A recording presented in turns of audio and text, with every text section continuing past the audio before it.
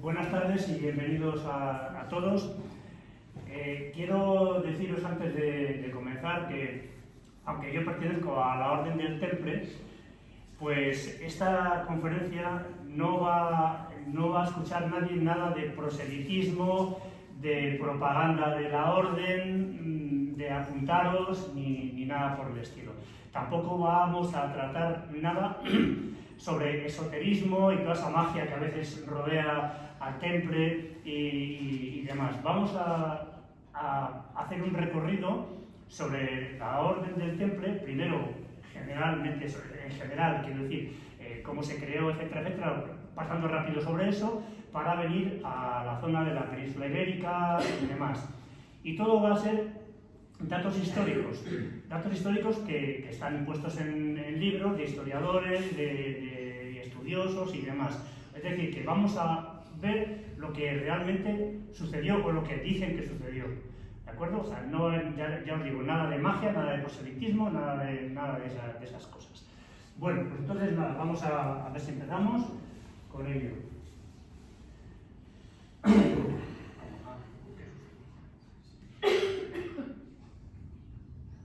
Vale, Urbano II, el Papa Urbano II, hoy que estamos hablando de papas, ¿verdad? Tenemos, pues, la primera cruzada en el concilio de Clermont en el 1096. Y otra cosa que quiero deciros antes de que empecemos a hablar de cosas es que los parámetros a los que estamos acostumbrados de medida, de decir, se hizo en el 96 y hasta el 99 no hicieron cuidado. No había AVE, no había trenes, no había aviones. Había que ir en borrico o a caballo. Es decir, que ir de aquí hasta París, por ejemplo, o venir de Jerusalén hasta París y luego bajar a Portugal, eso llevaba su tiempo y sus días, y su impedimenta y sus cosas. De forma que así hay veces que dices, toman una decisión y hasta dentro de 4 años, no sé, claro, es que hasta que llegaron. Bueno. Entonces, Urbano II convoca la primera cruzada en el 1096. En el 98 se creó la Orden del Cister, que crearon San Roberto de Moresmes y San Bernardo de Claraval. Empezaron a andar ya hacia Jerusalén, se montaron los ejércitos y para allá fueron. Y en el 1099, 3 años después de haberse convocado la cruzada, cae Jerusalén. ¿Por qué deciden de repente, vamos a conquistar Jerusalén, vamos a ir a Tierra Santa y vamos a tomarle estopa a los musulmanes? Pues porque las noticias que venían de allí, procedentes de los peregrinos, eran masacres, violaciones, venta como esclavos, etc. Todas esas cosas. Entonces, por parte de los musulmanes hacia los peregrinos cristianos, se fueron endureciendo las normas y los musulmanes ya fueron empezando a maltratar a los peregrinos. Esas noticias aquí no cayeron bien, así que venga, vamos a conquistar Jerusalén. En el 99 cae Jerusalén y se queda, como proponen, como primer rey de Jerusalén a Godofredo de Bouillon, que era el que mandaba las tropas. Godofredo de Bouillon les dijo que declinaba porque Jerusalén ya tenía un rey, que era Cristo. Entonces él se instituyó como protector del Santo Sepulcro. Lamentablemente, al año después de nombrarse él mismo como protector del Santo Sepulcro en lugar de rey, como lo querían nombrar, falleció y quedó su hermano Balduino, y ese sí fue primer rey de Jerusalén. Tenemos en cuenta que ya tenemos a Jerusalén, pero eso no quiere decir que las rutas sean seguras, porque habían conquistado la ciudad y también un par de puertos en la costa donde llegaban los barcos con los peregrinos y bajaban y ya los peregrinos echaban a andar hacia Jerusalén, es por allí. Pero claro, es por allí a 150 kilómetros y a pata. Eso quiere decir que tardaban en llegar 7, 8, 9 días, dependiendo de cómo anduvieran de rápido los peregrinos, tardaban en llegar ese tiempo. Y ese tiempo estaban caminando por una zona inhóspita, insegura, que no estaba conquistada. Al llegar a Jerusalén, en casa estamos salvados, como cuando jugábamos a la tula, pero y al bajarse del puerto, pero en el camino no. Entonces, para eso, una serie de caballeros, no solamente los templarios que luego serían templarios, ahora de momento eran caballeros guerreros de allí, y que hacían patrullas por toda la ruta esta, protegiéndolo y tal. Pero Hugo de Pais y otros 8 caballeros, hay gente que dice que eran 9 caballeros, es igual, un poco nos importa, en esos años, en 1118 y 1119, crearon una milicia que se dedicó a patrullar, solamente a patrullar esa ruta y a proteger a los peregrinos. A esa gente se le fue sumando nuevos caballeros, etcétera, etcétera, etcétera, y vivían, el rey de Jerusalén les concedió un rincón del templo de Salomón, con caballerizas, con tal, con cual, y ellos vivían allí, en el templo. De ahí viene su nombre, eran los caballeros del templo. Sin embargo, no tenían esta cruz, o esto que vemos aquí, no, esta cruz, para nada. Lo que tenían era un hábito blanco, una sobreveste blanca y un manto blanco. La sobreveste es como una sotana abierta por delante hasta aquí y por detrás para poder montar a caballo. Entonces, eso era la sobreveste. Era blanca, sobre ella se ayudaba el cinturón con la espada, con lo que llevaran, y un cinto blanco, y un manto blanco, perdón. No es hasta 1147 cuando otro papa, que se llamaba Eugenio III, les concedió llevar sobre la sobreveste, el escudo, todo lo que llevaran, de portar la cruz pater.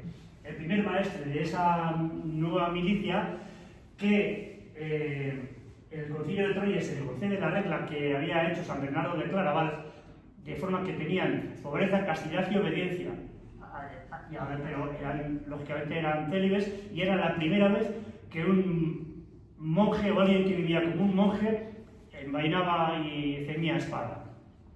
Bien, se regían por la orden del Cister, la regla del Cister, y su primer maestre fue el primer caballero, el jefe de ese grupo de guerreros que protegían las rutas. Veamos. Hay un momento en el que, cuando ellos viajan a Europa para el concilio y que la regla, etcétera, etcétera, no fueron solamente Hugo de Pais y 2 o 3, fueron bastantes caballeros. Unos se fueron hacia Alemania. Hugo de Pais sí que quedó en París, en Troyes, para la obtención de la regla, pero otros caballeros continuaron su camino, cruzaron Francia, cruzaron la península ibérica y llegaron a Portugal, porque hay datos en Portugal que en 1127-1128 esta infanta Teresa de Portugal, que era hija del rey de Castilla, de León, con el rey de León, que también estaba allí, les concedió una serie de castillos en Portugal, en la mitad de Portugal. Imaginaos el mapa, en la mitad.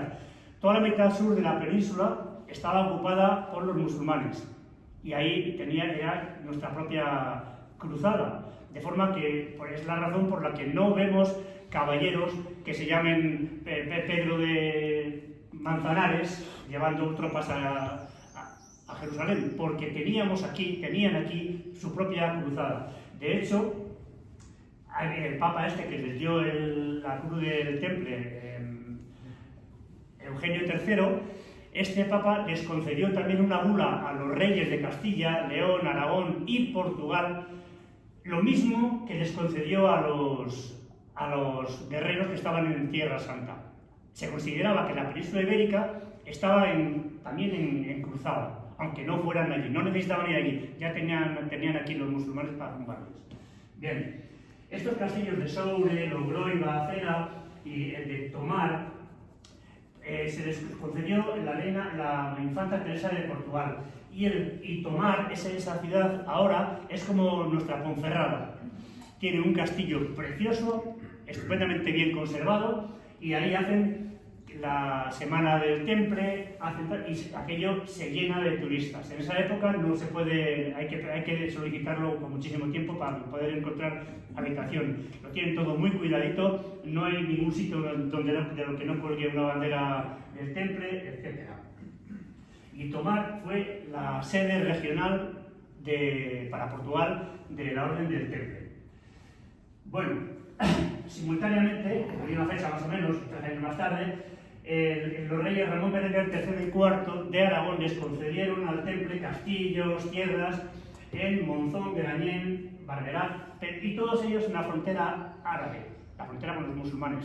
¿Por qué? Pues sencillamente porque tenían ahí unos guerreros con buena reputación y podían coger a los suyos, a sus soldados, y protegerlos un poquito y demás. Y casi todo lo que se le iba dando a los, que fue mucho, concediéndoles donaciones y demás, fue en las fronteras con los musulmanes. Si algo se quedaba atrás, es porque la frontera habían ido conquistando hacia abajo Andalucía y lo que era, yo qué sé, Manzanares, pues se ha quedado atrás. Pero en su día estaba en la frontera. El ejemplo lo tenemos en las Calatrava, los castillos de Calatrava. Bien, en el Reino de Aragón sucedió una cosa muy curiosa. En 1134, Alfonso I el Batallador fallece. Y a la hora de abrir el testamento, se quedan todos estupefactos porque los herederos legales de ese Reino de Aragón no percibían absolutamente nada, y el rey les había concedido a las órdenes militares, al Temple, a Santiago y a la Orden del Hospital de Jerusalén, el reino, de forma que fueran esos los grandes priores de las órdenes y el maestre del Temple quienes gobernaran el Reino de Aragón. Naturalmente, esto levantó un revuelo tremendo y las órdenes militares, con buen criterio, rechazaron ese regalo envenenado. Y el Reino de Aragón, que antes incluía también Navarra, se dividió. Quedó Ramiro II el monje en Aragón, que como le llamaban el monje no era por nada, era porque era monje, y él no quería ser rey, y le cedió el reino al príncipe Ramón Berenguer, que lo gobernó como gobernante sin ser el rey. El rey estaba en un convento. Y Navarra se lo quedó García Ramírez, que era un nieto de nuestro Cid, campeador. Mientras tanto, un montón de encíclicas, todas ellas iban a favor del Temple. Esta primera, de Inocencio II, Omne Datum Optimum, exime al Temple de depender de las autoridades eclesiásticas. Es decir, ya no había obispo ni cardenal en la península que pudiera decirle nada al maestre ni nada por el estilo. Dependían solamente del papado. La gracia que le hizo a los obispos podemos imaginarla fácilmente. Y los exime del pago de diezmos a obispos, con lo cual otra gracia más que les hizo a la Iglesia secular. El 100% de los botines conseguidos en Tierra Santa por el Temple son para el Temple. No hay nada que darle al rey de no sé dónde ni al rey de no sé dónde. Todo se lo quedaba el Temple. Entonces, como anécdota, el patriarca de Jerusalén, un par de años más tarde, pide al Papa y a la Orden del Santo Sepulcro que se revise otra vez el testamento de Alfonso I el Batallador, rey de Aragón, porque él quería tener parte de ese reino, y le dijeron que no y que se olvidara del tema, y así se quedó ya eso para siempre olvidado.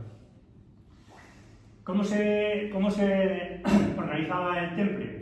Pues el Temple se organizaba en encomiendas o en bailías, es lo mismo. Las encomiendas tenían las dos variantes, la versión económica, la vertiente económica, de cultivo, de cría de caballos, era muy importante la cría de caballos para ellos, estaban bien a mandar caballos a Tierra Santa. También tenían huertos, cultivos, etcétera, etcétera, etcétera, y sus entrenamientos militares. Estos dos platos de la balanza se inclinaban a un lado o se inclinaban a otro, pesando más la espada que la zanahoria, dependiendo de dónde estuviera esa encomienda. Porque si la teníamos aquí en la frontera con los musulmanes, lógicamente había poco tiempo para cultivar zanahorias y mucho para patrullar, para practicar con las armas, etcétera, etcétera, etcétera. Ahora bien, si me dices que la encomienda, estamos hablando de la de Ponferrada, que estaba a 200 kilómetros de la frontera con los musulmanes, lógicamente allí sí que tenían tiempo para cultivar más terreno, tal igual, aunque también tenían sus horas dedicadas a la práctica de las armas. En León hubo unas 65. Cuando hablamos de León en esta época hablamos de Castilla y de León, todo era la misma cosa, no había el reino de Castilla, eso fue más tarde. Había unas 65 encomiendas, de forma que al haber tanta demanda de personal que hacía falta para atender todo aquello, ya no pudieron ser tan filolis que nada más cogían nobles, tuvieron que acoger a muchísima más gente que no eran nobles, aunque sí que pasasen un filtro pues, de religiosidad, de buenas costumbres, de valor, etcétera, etcétera, etcétera. Y ya admitieron plebe. ¿Inventaron la letra de cambio? Bueno, se podría decir que sí, es una de las famas que tienen, porque en aquella época viajar con dinero era muy arriesgado. Eso de llevar una bolsa con monedas de oro porque quieres comprarte algo en Alemania o quieres comprarte desde León, por poner un ejemplo, o te quieres ir a Tierra Santa o a Italia, tenías que andar caminando por el monte durante un mes hasta que llegaras allí y ir con una bolsa de doblones, la cosa se complicaba. ¿Qué hacías? Te ibas a la encomienda templaria que tuvieras más cercana o a la que te fuera a ofrecer la confianza. Allí con el tesorero se hacía un recuento y se contaba en las monedas o las riquezas que se dejaban allí. Se hacía un vale, una documentación que incluía una serie de digamos, códigos para que al que la fuera a recibir supiera perfectamente que aquello era cierto. Entonces ese señor cogía, se guardaba dinero de bolsillo, guardaba el documento y se marchaba. Se marchaba con lo justo, si perdía poco. Llegaba al otro sitio, iba a la encomienda templaria que tocara, fuera donde fuera que hubiera llegado, hablaba con el tesorero de aquella encomienda, les analizaban el documento, verificaban que era verdad, toma, la bolsa con dinero. Y él la había dejado en un sitio y la recogía el dinero en otro. Entonces, por ese motivo es por lo que dicen que si eran fueron los inventores de la letra de cambio.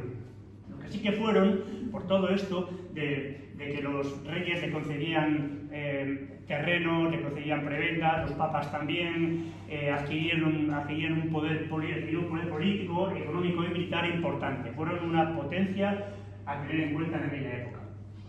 Esto es como estaba la cosa, más o menos. El Imperio Almohade hacia el sur, al final terminó quedando solamente en Granada, cuando los reyes católicos los echaron de aquí y demás. Y la zona de Tobar, en Portugal, está por aquí, por esta zona de aquí.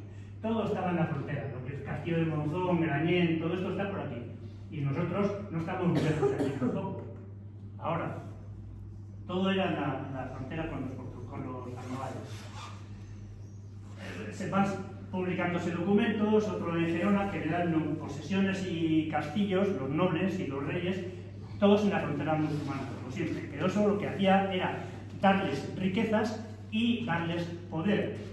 Porque, bueno, luego lo explicaré.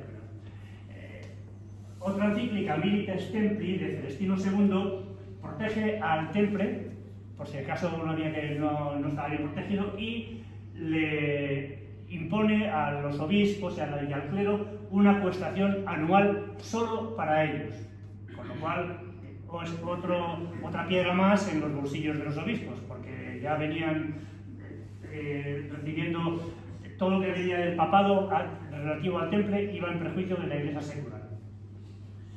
En el 1146 tenemos la primera noticia del temple en el Reino de León.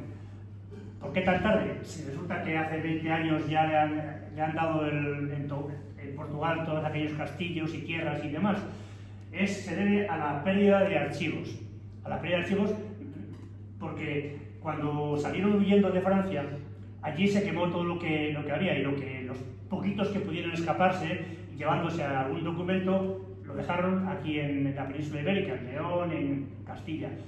Pero también llegó el momento en que de aquí tuvieron que salir corriendo y los que no se fueron, los que no quemaron, la Inquisición los fueron pasando a Portugal, donde también en su momento llegó la Inquisición, aunque 2 siglos más tarde que aquí, y volvieron a quemar todo. En Portugal fue una destrucción sistemática de documentación templaria, sistemática. Y claro, todas esas cosas, todos estos documentos que se iban haciendo, porque el temple otra cosa no tendría, pero burocracia una poca. Todo lo que se hacía iba con un documento, porque eran donaciones de un noble que le deja tierras, que le da, y todo eso iba con documentación. Toda esa documentación abultaba y tenían unos archivos enormes, pero todo eso ha ido desapareciendo. Es muy poco lo que se conserva ahora, muy poco. Abundando en esto de que cómo es que no tenemos noticias, si de 1146 es la primera noticia que tenemos en el Reino de León, si Sobre se entregó a eso, pues es por eso. Y el rey de León estaba en Sobre cuando se entregó el castillo. De manera que hay que achacarlo a la masiva pérdida de archivos. En el 1145, esta encíclica de Militia Dei, de Eugenio III, el papa que le dio la cruz, ya les autoriza a tener impuestos propios. En las zonas de las que él tenía el terreno, el castillo, el tal, impuestos propios. Y reitera la independencia del clero secular. Los impuestos propios, ¿qué quiere decir esto? Antes, seguramente os sonará que había unos impuestos que eran portazgos, pontazgos, es decir, para entrar a la ciudad con un burro y 14 gallinas que voy a vender en el mercado, tenía que pasar por la puerta del castillo, de la ciudadela, y tenía que pagar un pequeño impuesto, el portazgo de la puerta. O cruzar un puente sobre el río para ir de un lado a otro, y había un pequeño puesto con un soldadete allí que cobraba un pontazgo, una pequeña cantidad de dinero, y entonces esos ingresos los cobraban. Y les concede tener cementerios propios. No es cosa, como diríamos, no es cosa baladí. No es cosa baladí porque los cementerios propios, como habéis visto en las iglesias antiguas, románicas o góticas y tal, en el suelo vemos que hay o bien lápidas esculpidas con aquí yace y la cruz, etc., o bien simplemente, como pasa en Alcañices, en mi pueblo, todo el suelo es de losas de granito y todas tienen 44, 45, 46, todas así, de adelante hasta atrás. Y a los laterales, lo mismo, pero más pequeñas, eran para niños. Los laterales se dejaban para los niños, al menos en mi pueblo, en Alcañices. Y todo eso se cobraba. O sea, no era gratis que dijera yo, cuando yo fallezca quiero ser enterrado en la iglesia de Alcañices. Y además quiero cerca del altar. Esto tenía su precio. Y no era lo mismo que me entierren cerca del altar que me entierren debajo del coro. ¿De acuerdo? Tenía un precio. Igual que el cementerio que estaba anejo a la iglesia, no era el mismo precio ser enterrado cerca del muro de la iglesia que ser cerca del muro de fuera de que quedaba para el campo. Otro precio. O sea que o pagaban los señores que querían ser enterrados allí, o bien decían, mira, ahora mismo es que no tengo dinero para pagarte esas monedas. Ahora bien, hacemos un documento y a mi fallecimiento yo me comprometo a no vender mi casa, ni mi finca de no sé dónde, y esa finca, mi fallecimiento, pasa al temple en pago de mi tumba.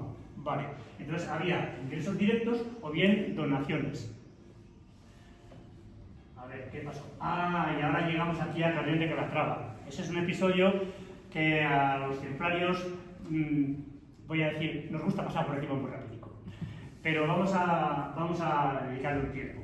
Carrión de Calatrava, este pueblo que hay aquí cerca de Ciudad Real, tiene un castillo precioso. ¿Lo conocéis alguno de vosotros? ¿Lo habéis visitado un castillo? Bueno, pues tiene un castillo precioso, muy grande, y que fue levantado por los musulmanes hacia el año 700 y poquito. 700 y poquito, o sea, mucho tiempo atrás. Ocupa unas 5 hectáreas el castillo. Y tiene una serie de cosas que lo hacen único, y digo único, entre la arquitectura medieval, y es que tiene un acceso está rodeado por una parte por el río, el Guadiana y otro riachuelo, no me acuerdo ahora mismo cómo se llama. ¿Sabes cómo se llama?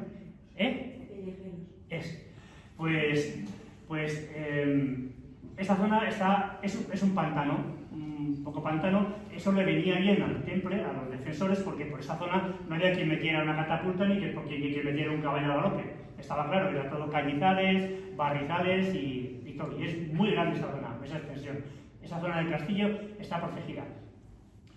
Aquel castillo en su día tenía 44 torreones, se dice pronto, pero claro, es que eran 5 hectáreas de muralla, mucha longitud, 44 torreones, de los cuales 2 de ellos eran lo que se llaman torres, vaya, ahora se me va de la cabeza, lo diré, bueno, se me ocurre, ahora lo recordaré, albarranas, torres albarranas. Una torre albarrana es esta de aquí, ¿veis? Está separada completamente del muro del castillo, se puede ver ahí, está separada a una distancia suficiente como para, más o menos como de aquí a la pared aquella, de forma que no hay nadie que pueda conquistar la torre, pegar un salto y caer encima de la muralla. No se podía. La muralla tenía que ser macizas hasta la mitad, esas.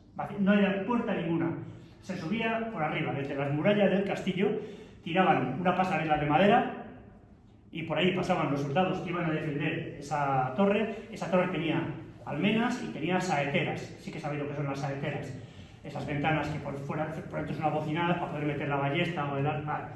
Y entonces esas torres lo que hacían era disparar sobre los soldados enemigos que estaban de espaldas atacando justamente la muralla. Y de estos, desde detrás, podían zumbarles estopa con flechas, con lo que fuera. Que resulta que estaba a punto de caer la torre porque subían con escaleras y iba a ver, no pasa nada. Los que quedaban vivos echaban a correr por la pasarela, se metían dentro del castillo, en las almenas, tiraban la pasarela de madera y a correr. Y aquí has conquistado nada, porque esa torre no vale para nada si no puedes acceder desde ella al castillo. Y otra cosa muy curiosa que tiene este castillo es el acopio de agua, la hidráulica que tiene. Tiene norias, tiene tuberías, y tiene 4 cosas que se llaman corachas. Las corachas son unas murallas que salen de la muralla principal del castillo, salen y lo que hacen es que protegen las tuberías de agua y protegen que alguien vaya con un cántaro al lomo y protegido de si alguien está atacando el castillo, pues hay una pequeña muralla, yo voy agachado con mis cubos de agua y puedo entrar en la muralla. Eso son las corachas. Tenía 4 corachas y un sistema hidráulico para proveer de agua al castillo que ya quisieran muchos otros castillos tener. De forma que incluso había una tubería de alta presión arriba. Es decir, subían el agua y conseguían tener una tubería con alta presión allí. O sea, es impresionante. Bien, pues en este castillo estaban los templarios. No había demasiados templarios. Este castillo, cuando lo construyeron los musulmanes, estaba justo era para proteger la carretera y vigilar la carretera de Toledo a Córdoba y demás. Y era la punta de vanguardia de los musulmanes para zumbarle a los españoles, a los castellanos, a los leoneses, hasta que fue conquistada por los reyes de León y entonces se convirtió al revés, la punta de lanza, porque seguía estando en la frontera, la punta de lanza de los ataques a los musulmanes. Los templarios que había allí no eran demasiados y como era un perímetro tan grande, hablaron con el rey para decirle: esto es indefendible con los militares que estamos aquí. Mándenos más gente porque aquí no nos ataquen, pues estaban los musulmanes preparando un ejército. El rey les dijo: no tengo a nadie más para mandar, lo siento, con lo que tenéis os apañáis. Y le dijeron: sí, tenga la llave del piso. Y les dejaron allí al rey con lo opuesto. El rey y los obispos entraban en pánico, ¿qué pasa aquí y tal? Y coincidió, por coincidir, que en Toledo estaba Raimundo de Fitero, que era el abad del cisterciense de Fitero en Navarra, estaba con su segundo de a bordo, otro monje que se llamaba como nuestro pintor, Diego Velázquez. Este Diego Velázquez había sido militar, soldado con mando, no oficial. Entonces Diego Velázquez, cuando los reyes dijeron y los obispos: oye, a ver quién se carga de defender este castillo, no podemos dejarlo así, y se le concede esto, lo otro, de más allá, prebendas, dinero, lo que haga falta. Y le dijo el Velázquez: monje, vamos a dejarlo nosotros, levantamos un ejército y lo defendemos. Y dijeron: sí, venga, vale. Se lo propusieron al rey y el rey dijo, de acuerdo, y montaron un ejército con todas las de la ley y ocuparon el castillo de Calatrava. Ese castillo de Calatrava luego no fue atacado. Como lo cubrieron con tantísima gente, los monjes, los musulmanes desistieron de atacarlo. Luego, claro, los templarios se cubrieron de gloria, porque habían sencillamente desertado de aquello. Dijeron, no digo yo que no tuvieran razón, que oiga, para que nos maten aquí, vámonos, pero el caso es que se fueron. Y cuando te vas de un sitio, no te vas con las orejas altas, te vas con las orejas gachas. Eso les pasó a ellos. ¿Y qué iba a decir? Luego ese castillo cayó en la batalla de Alarcos. Cuando se perdió la batalla de Alarcos, ese castillo también se perdió. Aunque unos años más tarde se volvió a recuperar después de la batalla de las Navas de Tolosa. Después de esa batalla los musulmanes retrocedieron a lo bruto porque les habían dado, pero hasta el carné, se fueron corriendo y dejaron este castillo también desguarnecido y volvió a caer ya para siempre en manos de los reyes de Castilla. Este castillo está ahora siendo excavado, aunque no parece que se den mucha prisa, porque queda casi todo por excavar. Solamente la parte de la ciudadela y militar, esa está bastante excavada, bastante limpia y se ven los muros y puedes caminar y pasar bajo un arco y tal. Pero la parte de la ciudadela, la parte que da hacia Ciudad Real, esa es toda una llanura de tierra que hay que cavarla. Seguro que debajo está lleno de ruinas y de cosas, pero aún no lo han hecho. Vale. Otras encíclicas más. Quam Utile de Alejandro III dice que cuanto conquisten o arrebaten los templarios es para ellos. Ya no dice que solamente en Tierra Santa. Si un ejército templario conquista un pueblo aquí que era musulmán, ese pueblo pasa a depender ya del temple. Y lo mismo con el rey de Aragón, pero se quedan con el 20% nada más. Bien. No hay demasiados datos del temple en León, porque hemos dicho de pérdida de archivos y demás. En el 1178, el rey Fernando II de León les concede al temple Ponferrada, la Pons Ferrata, un puente de piedra que llaman ferrata porque tiene grandes grapas de hierro que unen y cosen como las piedras del puente, la Ponferrada. ¿Qué hacen aquí los templarios? Un poco más tarde, pues la vuelven a arreglar. En 1196, el rey Alfonso VIII de Castilla ataca al rey de León con el apoyo templario. Anda, que te lo querías perder. Perdieron, con lo cual el rey dijo, ¿esas tenemos? Fuera de Ponferrada. Y se lo dio a la orden de San Juan del Hospital, Ponferrada. Unos años más tarde se lo hace las paces y se lo devolvió, pero fue otro episodio donde apuestas donde no debes.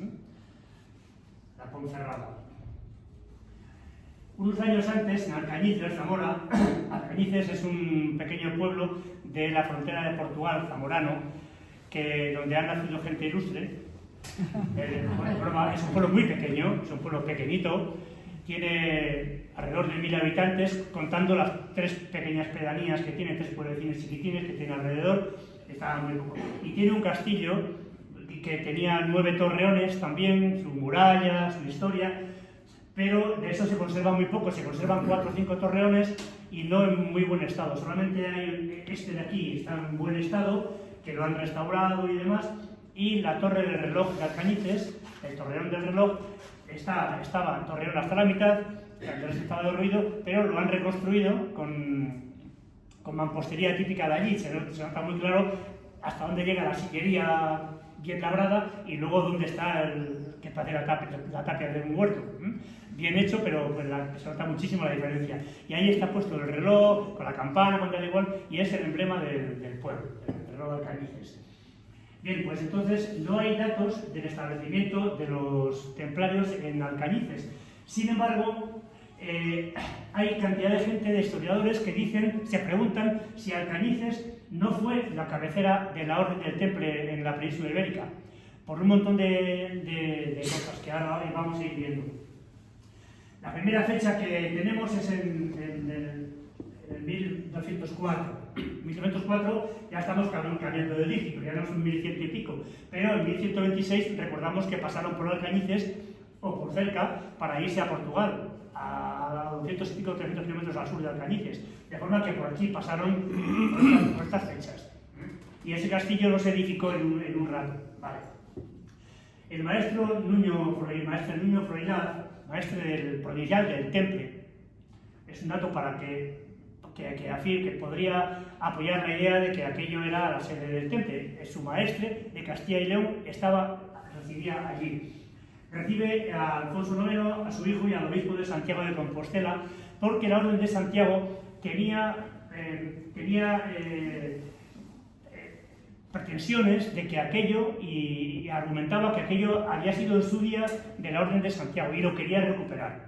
Entonces convencieron al rey Alfonso IX y fueron a Alcañices, hablaron con el maestre, dijo el maestre, bueno, pues nada, y se la dio a la Orden de Santiago. No obstante, no duró mucho, muy poquito tiempo después, el rey vuelve a Alcañices y le devuelve a otro maestre, ya no estaba Nuño Froilaz, estaba Gómez de Ramírez, 7 años más tarde. Le devuelve la plaza de Alcañices y le dice en el documento esta frase: et restituo eis etiam Alcañices cum omni suo termino, que fuit sua. No hace falta traducción, porque que fuit sua, claramente que ya fue suya en su día, y se le restituye a Alcañices con todo su término municipal, no solamente la fortaleza. Y, bueno, lo que hemos dicho, no fue Alcañices templario en el 1204, mucho antes está claro que debió de serlo. Hubo litigios con la Orden de Santiago, que esto era mío, me lo han quitado, tal cual, y al final el Papa Inocencio III dijo, se acabó, esto es del Temple y punto, aquí no se habla más. Vale. En este libro, de los templarios de la Corona de Castilla, de Gonzalo Martínez Díaz, dice Alcañices, quizás la principal casa del Temple en España. Habla de España, pero en su día ya hemos visto que España no era tal, ¿no? Y dice, importantísima fortaleza en la frontera portuguesa del reino. ¿Por qué razón dice eso? ¿Y por qué razón se pregunta él y otros si aquello era la sede del Temple? Bien. Hubo un capítulo provincial de la Orden en el 1255. Cuando digo un capítulo provincial, no hablo de la provincia de Zamora. Provincial es de toda la zona del Temple en Castilla, León, norte de Portugal. Eso era la provincia templaria de la península ibérica. Y hubo un capítulo provincial en Alcañices. Luego hubo otro más tarde que no cabía aquí, está en la siguiente diapositiva. Y un buen día, de 1297, desde Alcañices, desde las murallas, se escuchan trompetas, ¿sabes? Esto es un poquito de teatro mío. Y por la parte portuguesa empieza a llegar una comitiva a caballo, guerreros, carros, escoltas, tal, y llega el rey de Portugal, el rey Dinis, que es Dionisio, y llega con sus dos hijos, llega con Constanza de Portugal y con el príncipe heredero, príncipe Alfonso. Viene por la parte portuguesa y se acoge a la seguridad y a la protección del Temple. Pero o el día anterior, o el día posterior, o antes o después, otra caravana, otra comitiva similar, por el lado de Castilla, viene. Caballos, tal, carro, ahí tenemos que llega el rey Fernando IV, que a la sazón era un crío, un criajo, y venía con su madre, la reina regente María de Molina, y venía con su hermana Beatriz de Castilla.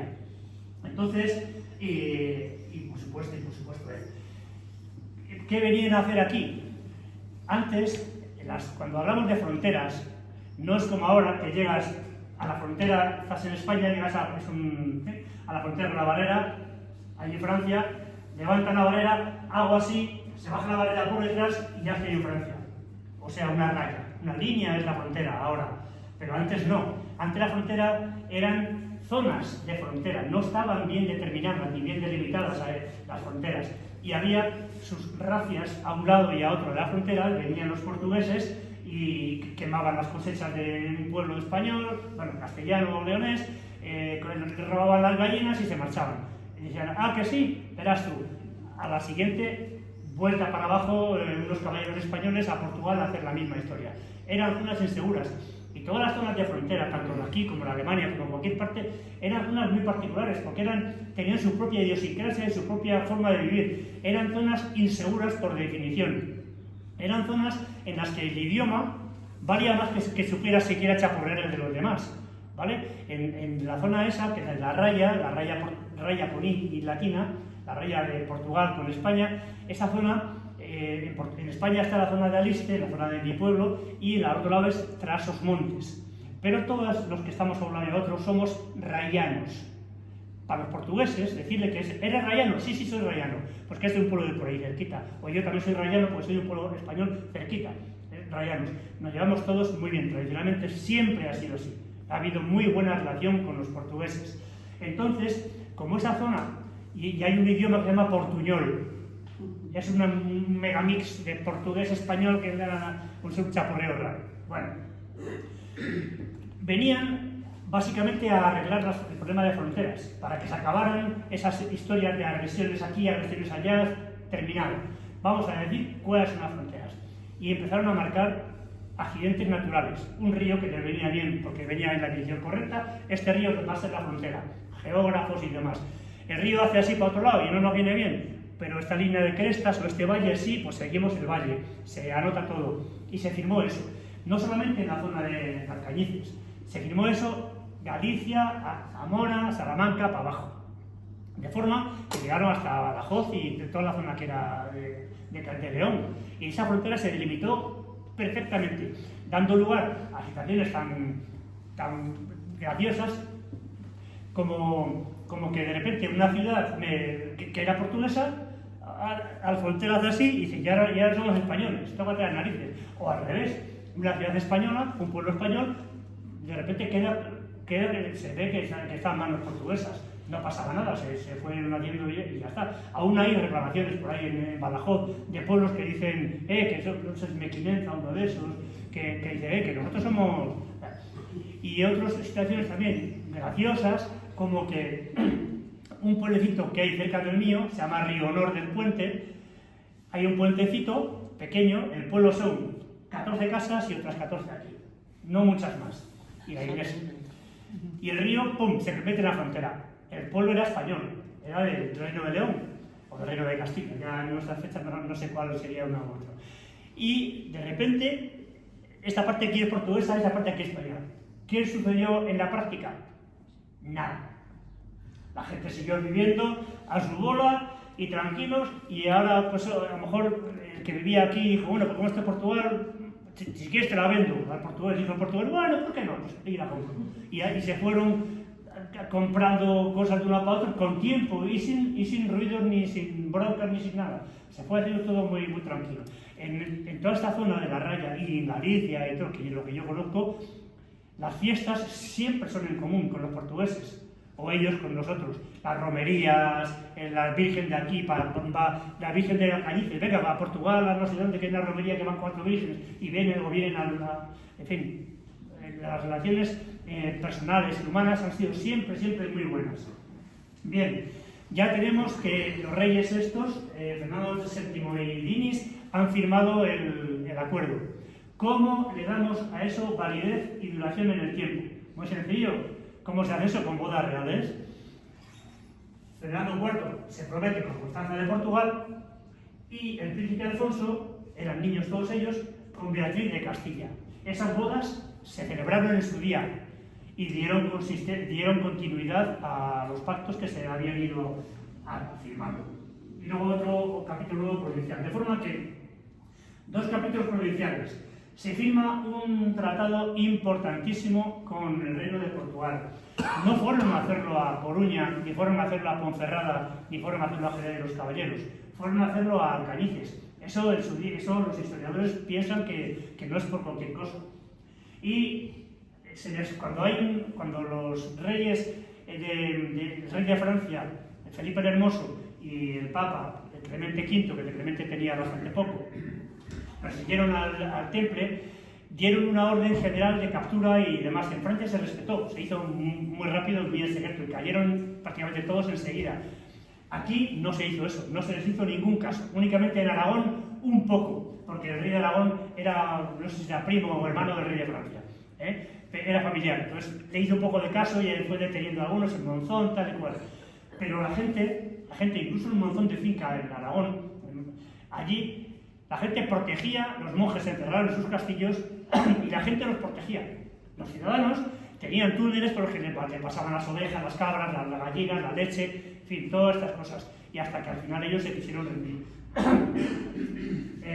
A los juicios que se les celebraron en España, fueron llamados los templarios y fueron citados en la persona de su maestre en Alcañices. No fueron a buscarlos a Ponferrada ni a otro sitio, fueron a Alcañices. Y este otro historiador, Jesús López Peláez Caselles, se pregunta en un libro que escribió que si Alcañices, sede peninsular del Temple, por todo ese tipo de cosas. El maestro Rodrigo Yáñez, en su día, también recibe la orden del rey de decir: entrégame, por aquello de obedecer al rey de Francia, entrégame la ciudad, ríndete. Y entonces el maestre comete un error, y es, en vez de hacerle caso a su rey, le entrega a su hermano, al infante don Felipe. Claro, el rey dice: pero bueno, ¿cómo te atreves, muchacho? Te lo estoy pidiendo yo y se lo vas a mi hermano, ven aquí para aquí. Y cogió un ejército pequeño, el rey, y se plantó delante de Alcañices. No hubo tal combate, pero claro, el maestre, al ver eso, abrió las puertas, entró el rey y dijo: no te da vergüenza, machote, venga. Y entonces el maestre fue a pedirle protección a la reina, a María de Molina, la madre del rey, y la reina dijo: has tenido tu oportunidad de obedecer al rey, ahora aguanta con lo que tienes. Bien, en ese mismo año de 1308, Regnum Incelis es una encíclica de Clemente V, el Papa que, junto con Felipe el Hermoso, destruye el Temple en la Orden del Temple, convoca al Concilio de Viena y le hace un juicio. En el juicio los acusaban de brujería, blasfemia, herejía, sodomía, todo lo que se nos ocurra malo se lo acusaban al Temple. Y con esta pastoral eminencia del viernes 13, por eso el viernes 13 tiene mala fama, el Papa Clemente V y el rey Felipe V saquean la torre del Temple de París y se lleva 100 toneladas de plata, oro, levanta 800 castillos, los captura. Fue todo muy rápido y muy en secreto. Tenían allí un Guillermo de Nogaret, que era el segundo de a bordo del rey de Francia, que en secreto capturó a todos los templarios de Francia.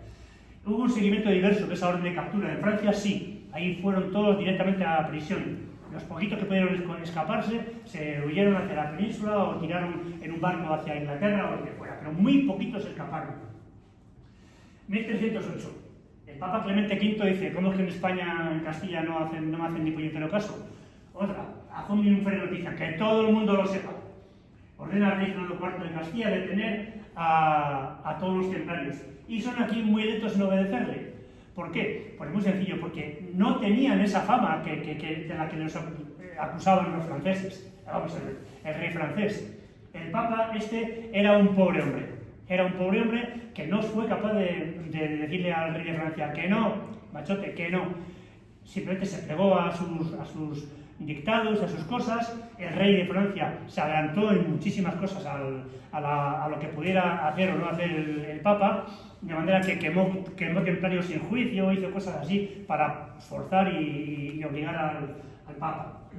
Bien, aquí tenían buena conducta, habían ayudado a los reyes en sus conquistas, no eran codiciosos, no eran gente que fuera chuleándose de dinero ni de cosas por el estilo. Así que aquí fueron muy lentos en obedecer a los franceses.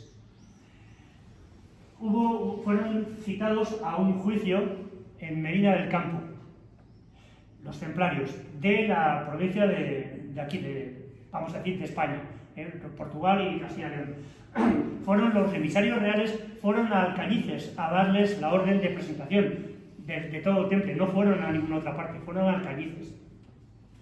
Y claro, el maestre vio lo que había pasado en Francia y pidió al rey protección, que no nos pase lo mismo que los franceses. Y dijo: rey, no os preocupéis, que no va a pasar nada. Y acudieron 15 templarios de Alcañices, en total fueron unos 85, fueron detenidos al llegar a Medina, pero no fueron maltratados, fueron desarmados y el juicio aquel tuvo 4 acusadores, 4. Ninguno de los 4 tenía el juicio, los obispos y demás, vieron que que el temple no tenía ninguna pega, ni había cometido nada, lo que lo acusaban en los franceses, pues era todo mentira. Entonces los dejaron que se marcharan para su casa. Y al poco tiempo los volvieron a citar para que fueran a otro juicio en Salamanca. Lo mismo, que sois unos delincuentes, unos brujos, unos tal, unos cual. En Salamanca volvieron a declararlos como inocentes y personas que, como monjes, que no habían hecho nada malo ni nada. Y entonces los monjes desaparecieron de aquí, se fueron a los palacios, a los conventos que tenían, cogieron sus cosas y desaparecieron. Unos se fueron a la vida civil, algunos se casaron y otros huyeron y se marcharon a Portugal o fueron a parar a otros monasterios como monjes de otro monasterio, que también estaba nombrado que no fueran 14 monjes templarios a este monasterio. Sí, lo máximo eran 2 monjes cada monasterio para que estuvieran separados, etcétera, etcétera, etcétera. Bien. El Papa Clemente V exige una confesión bajo tortura aquí en España. Entonces los españoles no usaron jamás las torturas, de forma que el juicio que se hizo en Salamanca y el que hicieron el anterior en Medina, gracias. Ese juicio fue sin meterlos en prisión, no entraron en calabozo, únicamente los desarmaron y uno dormía en un colegio, o en un convento, en alguna casa particular, etcétera, y tenían que ir al día siguiente al juicio y tal, pero no fueron detenidos ni fueron maltratados hasta que volvieron otra vez a sus conventos. Bien. Hubo testigos, rumores, tal, pero fueron todos ellos declarados inocentes. Ellos volvieron otra vez a la base. Y en 1310, en el Concilio de Salamanca, se le hace otro juicio, se les declara inocentes y la Orden de Cristo, seglares, conventos, todo, se dispersaron, se fueron a Portugal, etcétera, etcétera, etcétera. Y la Vox in excelso de Clemente V disuelve la Orden del Temple. Sin embargo, lo que sí que quiero deciros es que este mismo Papa, Clemente V, que en 1312 hace la disolución del Temple en Vox in excelso, había hecho 7 años más tarde un documento que vamos a ver ahora, dentro de un momento. A ver, esto es Clemente V cede ante el rey Felipe IV, la Orden del Temple se disuelve sin culpabilidad, Vox in excelso, Clemente V viene de partido, bien. En el año 1304, el 18 de marzo, Felipe IV quema en la hoguera a Jacques de Molay, maestre de Normandía, y a otro templario más que había, que era un tesorero de la Orden del Temple. ¿Era crueldad? ¿Fue maldición? ¿Fue leyenda? El 20 de abril, bueno, el templario Jacques de Molay, cuando está en el poste, he leído en un libro, y luego lo he visto en otra noticia, resulta que, igual que para los fusilamientos ahora, o para las órdenes de los latigazos que había que darle a un reo o tal, había un reglamento, que se le quita el cinturón, tal y cual, se ata a una curva y le meten 14 latigazos por esto. Si son idos de otro, 30, está todo escrito. El quemar a alguien en la hoguera tenía también su reglamento. El poste, unos tablones de madera, unos troncos, tal cual, que estuvieran secos, y el tío atado arriba, la persona atada, y luego se ponía un montón de ramas secas, de matorral seco. ¿Sabéis qué son las jaras? Pues jaras o matorral de ese seco alrededor, de forma que se le pegaban fuego por 4 lados, cuando daba la orden mental, y aquello empezaba a arder, a lo bestia, con todas las ramas secas, envolvía en una fogata enorme y gigantesca al reo, lo quemaba enseguida y lo mataba enseguida, en unos segundos esa persona estaba rodeado por una nube de fuego que duraba 15 segundos hasta que todo eso y empezaba a arder la madera de abajo y ya quemaba el cadáver, pero ese cadáver no había sufrido tanto como si no hubiera habido esas ramas pequeñas. De forma, y el rey de Francia, en principio era una leyenda como que le habían puesto poca rama seca, mucha madera, la normal, pero le habían puesto poca rama seca al maestre de Jean de Molay. Y por eso él no murió enseguida, no lo envolvió la llamarada, y que lo mató enseguida y ya una vez muerto pues que siguió ardiendo. Este le dio tiempo a maldecir y mandar maldiciones al rey. Y les dijo que ellos dos, antes de fin de año, tanto él como el Papa, iban a fallecer. De forma que fue cierto, porque el 20 de abril murió Clemente V y el 29 de noviembre, en un accidente de caza, murió Felipe IV, ¿vale? Felipe el mentiroso. Y Guillermo de Noaret, que era el que había montado toda la emboscada, murió justo el año anterior. Benedicto XVI, este papa que ha fallecido hace poco, Benedicto XVI ha pedido disculpas públicamente y admite la injusticia de Clemente V, que fue algo que lo que estaba buscando el rey era, porque el rey debía muchísimo, el rey de Francia debía muchísimo dinero al temple, debía mucho dinero, era un acreedor importante al temple con él. Entonces dijo, se acabó, y quiso conquistarlo por eso, para no pagar. El concilio de Vienne del 1311, ¿fue ecuménico? No fue ecuménico. En ese concilio el Papa no llamó a los cardenales que sabía él que eran contrarios a su teoría, a lo que él quería hacer. De forma que a los que llamó solo fueron a gente que estaban de acuerdo con él y omitió a otros muchos que no estaban. Bien, la orden del temple se disuelve sin culpabilidad. No dijo que eran culpables de mal cristianismo o de nada de esto. Y la Vox in excelso, Clemente V reparte los bienes al hospital y a otras, pero no a este rey. Sin embargo, en el 1310, sin haber hecho el juicio, el rey Felipe IV quema sin juicio a un montón de templarios, a un montón.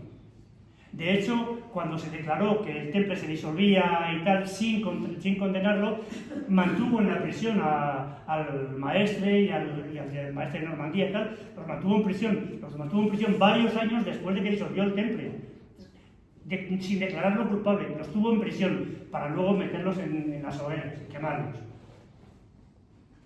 Bueno.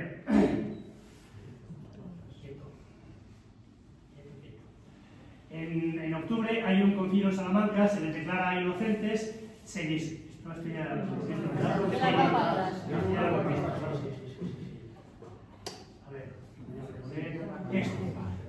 Mirad, 1308. Bárbara Frade, ¿os suena?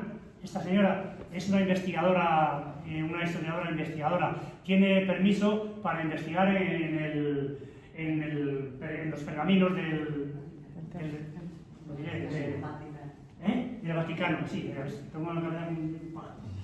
Y esta mujer encontró el documento D217, que es este de aquí. En este, el Papa Clemente V quita a la Inquisición de la investigación, la separa de la investigación del temple, porque la Inquisición eran violentos y torturaban. El Papa no quería eso porque el Papa estaba convencido de que era una acusación que estaba haciendo el rey de Francia, pero con motivos económicos. Quería librarse de sus acreedores.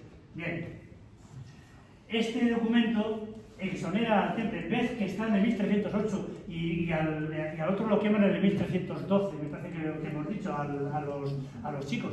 O sea, los tiene unos cuantos años que ha hecho ese documento, lo tiene en el archivo del Vaticano, diciendo que son inocentes y diciendo una serie de normas por las que todos los caballeros templarios que estaban en prisión, pidiendo perdón al Papa por escrito, él los restituiría y les quitaría, los levantaría el arresto de la excomunión que tenían, etcétera, etcétera, etcétera. Los dejaba otra vez en el seno de la Iglesia, con ese documento. Sin embargo, ese documento jamás se publicó, nunca.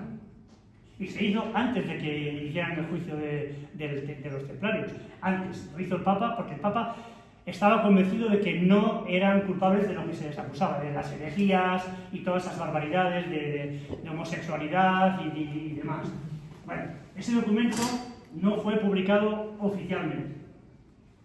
Y ha aparecido ahora con esta señora Bárbara Frale, que se ha puesto a investigar y tiene varios libros muy interesantes.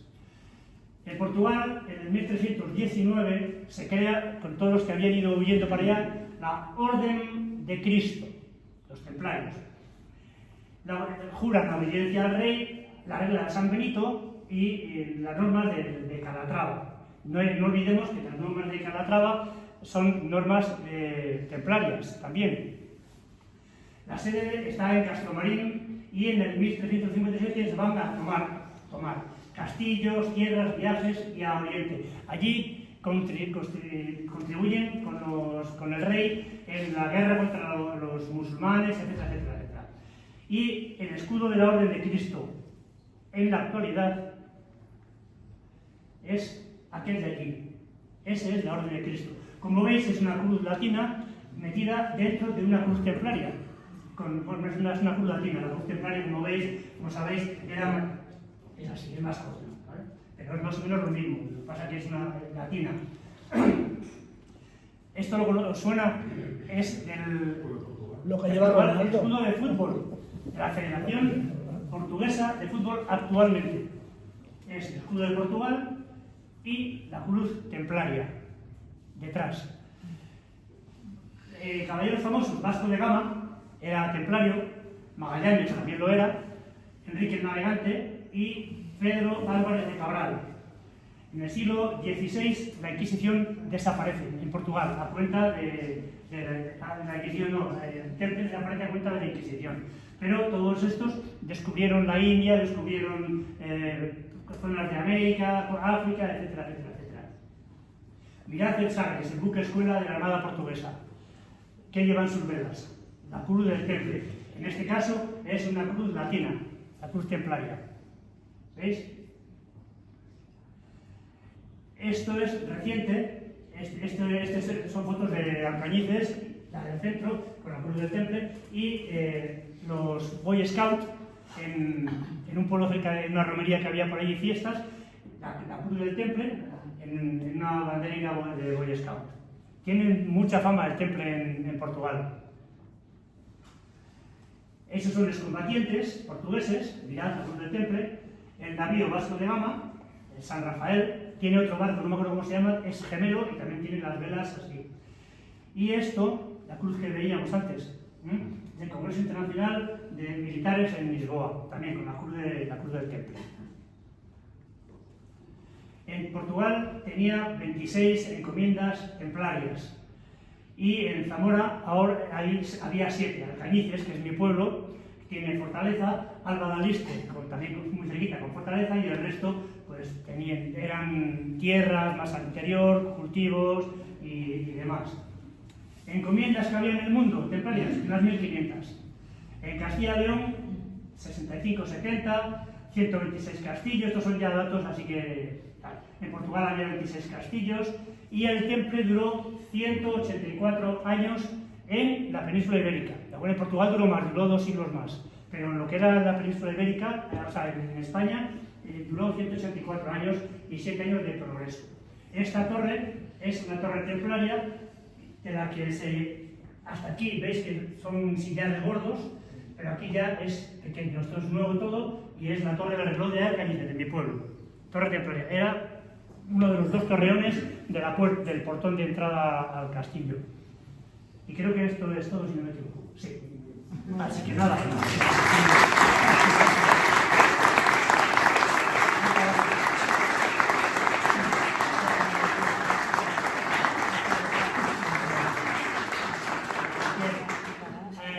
Ahora, si alguien tiene alguna preguntita y es fácil, me la sé, estamos. Sí, bueno, yo quería, no se entiende que el Papa Clemente aceptara la proposición del rey de Francia porque eran vasallos, al fin y al cabo los templarios eran vasallos del Papa, no eran del rey. Exacto. Por tanto, si aceptó esa persecución asesina del rey, yo creo que debió haber dinero por medio. Parte del tesoro del temple debió ir al Vaticano. Es posible que lo fuera. Sobre ese punto no están las cosas muy claras y cuando lees cosas del Papa achacas a que era un hombre con poca fuerza de voluntad. De hecho, mirad que hizo ese documento que no publicó, ese documento en el que exonera al temple de todo lo que se le estaba acusando. Sin embargo, ese documento lo ha encontrado esta mujer, esta historiadora, ha encontrado hace muy poquito en el Vaticano.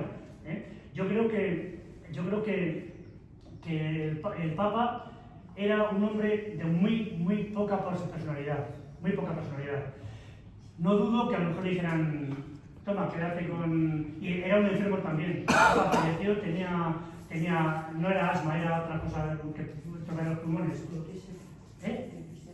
Sí, lo que el caso es que era un hombre bastante insalubre y muy dominado por el rey. Y el rey, siempre que decía el Papa iba a decir algo, porque el Papa tuvo una época en la que dijo, no, esto no puede ser así. Se quedó el rey con los espías y cogió y le cortó el pescuezo a esos templarios que mató unos años antes, diciéndole, cuidado. O sea que yo pienso que era un hombre con poca personalidad. Aunque también cobrara lo que cobrara, no lo dudo. Pero quiero decir que el Papa no es el Papa solo, es que tiene luego alrededor un montón de gente, de cardenales. Tiene todo, pero vamos que... Aunque él sea débil, el Vaticano no es débil. Ya, pero a lo mejor el que llevaba todos los papelotes era él. De hecho, vivió más tiempo en Francia ese Papa que en Roma. O sea, que el hombre que estaba pillado y por enfermedad, se marchaba por enfermedad a los Alpes y ahí le hizo una serie de pirulas el rey que no son normales. O sea, que era un hombre que tenía una personalidad muy débil, el Papa este. Muy débil. No dudo yo que no le viniera bien por dinero bajo cuerda. Pero no he visto yo, aunque todo lo que ando por ahí leyendo, tratando de documentarme y tal, no he leído eso. He leído más bien la falta de personalidad del Papa, la cobardía. Esas cosas no sé. Ya. Perdón, tengo una profunda ignorancia sobre la orden. ¿Cuál es la situación actual de la orden? ¿Qué hacéis? ¿O si está viva? Sí, está viva. ¿Qué actividad tenéis? La orden del Temple ahora existe porque la disolvió el Papa, Clemente V la disolvió. Pero no la declaró culpable de nada. Al no declararla culpable de nada, y es algo que luego posteriormente estudiando se ha determinado que ha sido algo muy injusto contra la Orden del Temple, porque eran buena gente, eran buenos religiosos, ayudaban a los reyes en sus tareas, murió mucha gente y tal, que no merecían ese tratamiento, ¿no? Y en la disolución de ella no la declara para nada culpable.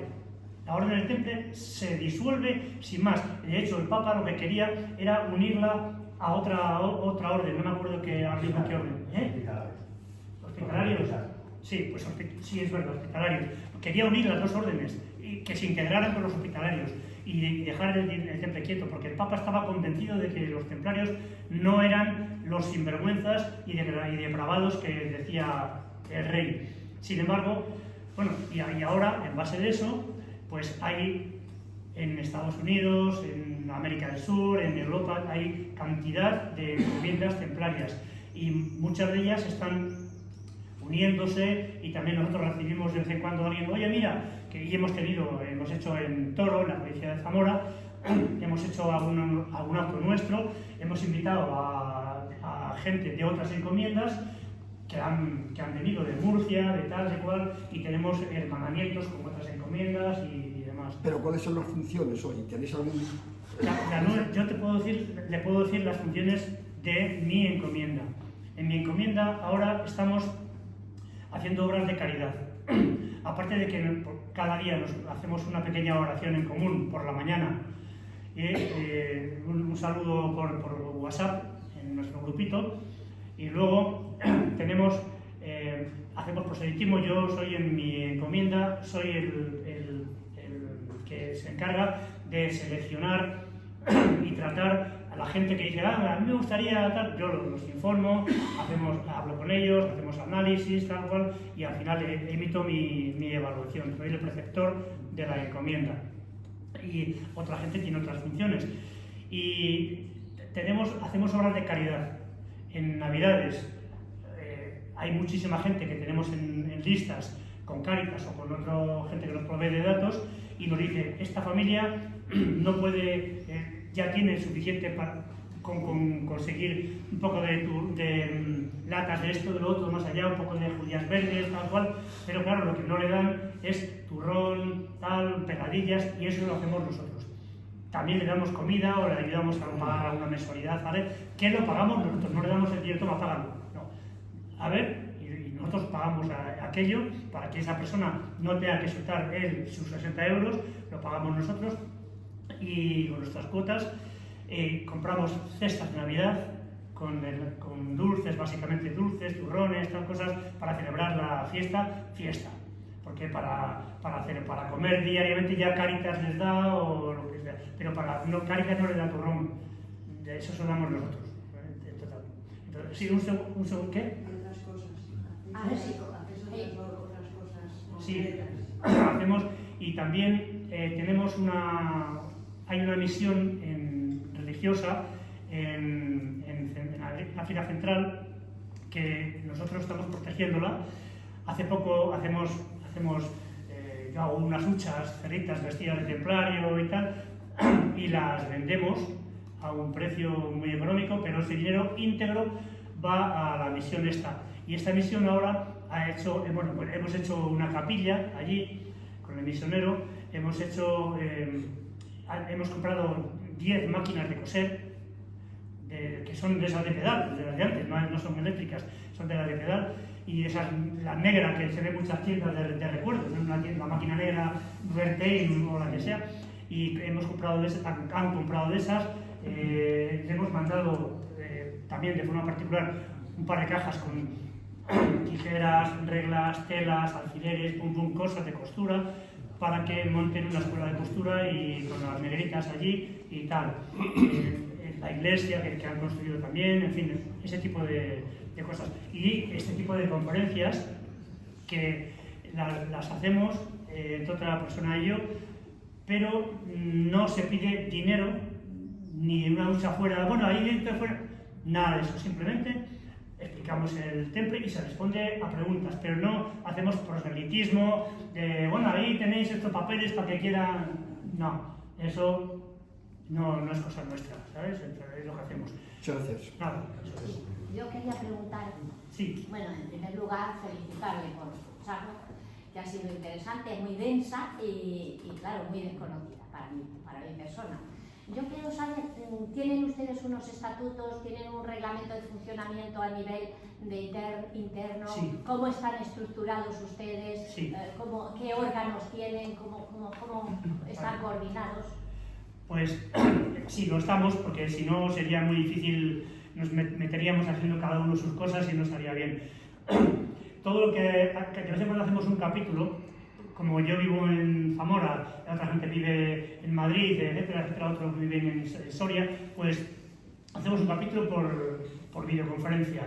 Y allí hacemos un resumen inicial muy breve y tocamos una serie de puntos de qué hacemos, qué programa hay. Oye, mira, para estas Navidades, ¿qué os parece? O ideas. pues damos de comer a tal, o hacemos una cosa, hacemos otra, llevamos ropa a no sé dónde, o llevamos ropa a no sé, hacemos ese tipo de cosas. Tenemos un maestre, un jefe, digamos, maestre de la encomienda, un segundo maestre, hay ¿cómo era? El tesorero, y yo, que soy el preceptor, que es el que orienta y dirige a las nuevas personas que quieren pertenecer a la orden del Temple, etc. Y hemos hecho alguna que otra así. Eso es lo que hacemos. Y damos conferencias como esta. Hemos dado en Madrid, hemos dado en la Casa de las Conchas, hemos dado en muchos sitios conferencias de estas. Y ayudar en Navidades, se ayuda a la gente que no necesita.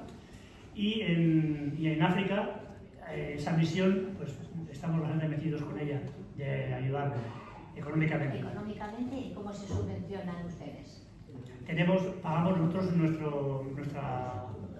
una cuota anual, y también hay gente que dice, oye mira, que de forma anónima toma este sobre, vas a mirarlo y tienes ahí 500 euros, por ejemplo, es un ejemplo, ¿vale? O 160 o 40. Y entonces esto, el tesorero nos lo comunica, tal, se hace un inventario del dinero que hay, unas cuentas, y se decide qué hacer con él. Y si no llega, por ejemplo, para las cestas de Navidad, queremos hacer, para mi pueblo hay 2 familias, pues yo necesito hacer 2 cestas, otro necesita 4, tal, vemos lo que hace falta. No tenemos dinero en el fondillo, pues nos toca rascar el bolsillo un poco y hacer lo que mejor nos podamos. En vuestros actos protocolarios os vestís de época. ¿Sobre qué? En vuestros actos protocolarios os vestís de...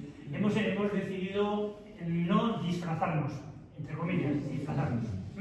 Porque hay otras encomiendas que hemos invitado a un acto nuestro y los ves llegar y dices, ¡mamma mía! Eso es recrear, no es... Sí, bien, pero que un collar, o así, otro collar, una capa, tal, una espada, y nosotros no, nosotros tenemos un traje oscuro, como que lleva usted, por ejemplo, camisa blanca y una corbata de rayas blancas y rojas, el color de la bandera templaria. Bueno, blanca sin era, perdón, blanca sin era, el color de la bandera templaria. Y luego tenemos un manto, solamente, encima del traje, para los actos oficiales, si hay que nombrar a alguien templario o tal, tenemos un manto con capucha y aquí la cruz paté. El manto con la corbata queda horrible, eso.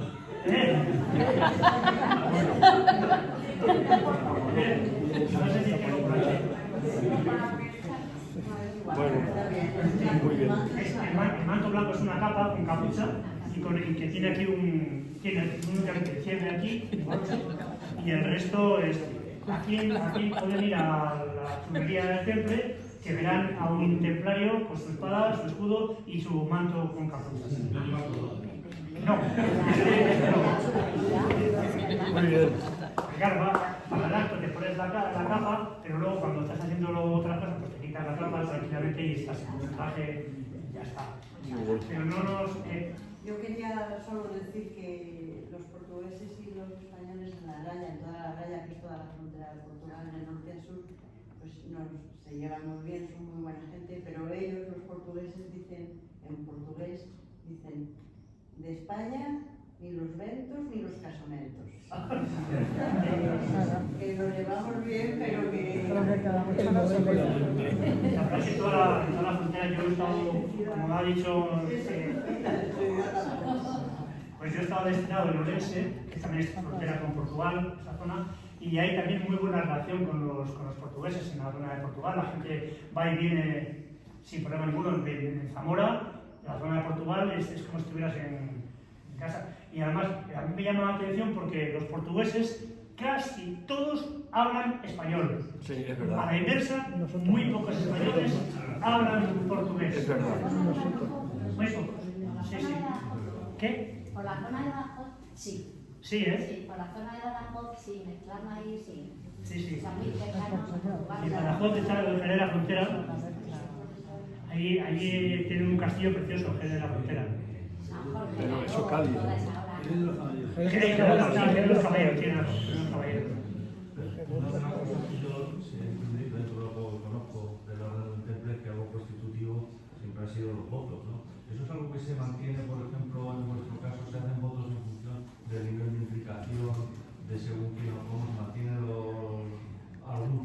a un voto en concreto todos los votos de todo el mundo? Hacemos un voto en mi encomienda de honestidad. Es decir, tenemos que ser honestos. Eso es honradez, joder. Sí, es exacto. No mirar por ti, ni o si alguien, este hombre dice, bueno, yo voy a hacer una donación, toma, esa donación tiene que ir íntegra, o sea, hacemos ese tipo de voto de ser honestos y sinceros en todos los aspectos de nuestra vida. No hay merma. Intentamos, no siempre lo conseguimos. No hay merma. Lo digo más porque está mi mujer aquí, no debería decirlo, pero no siempre lo consigo ser la persona que quisiera yo. Muy bien. ¿Alguna pregunta más? Pues nada, muchas gracias. Sí, dime. ¿En la actualidad tenéis algún tipo de reconocimiento del Vaticano? Y yo No. ¿Admitís a mujeres? Sí,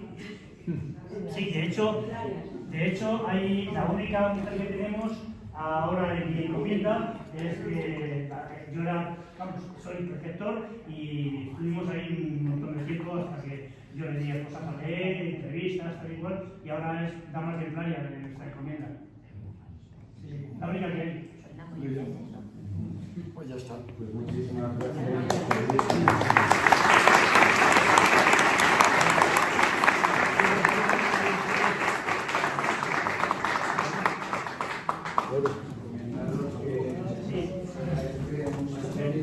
Oye, os importaría, si no es mucho pedir, volver a sentarnos y hago una foto con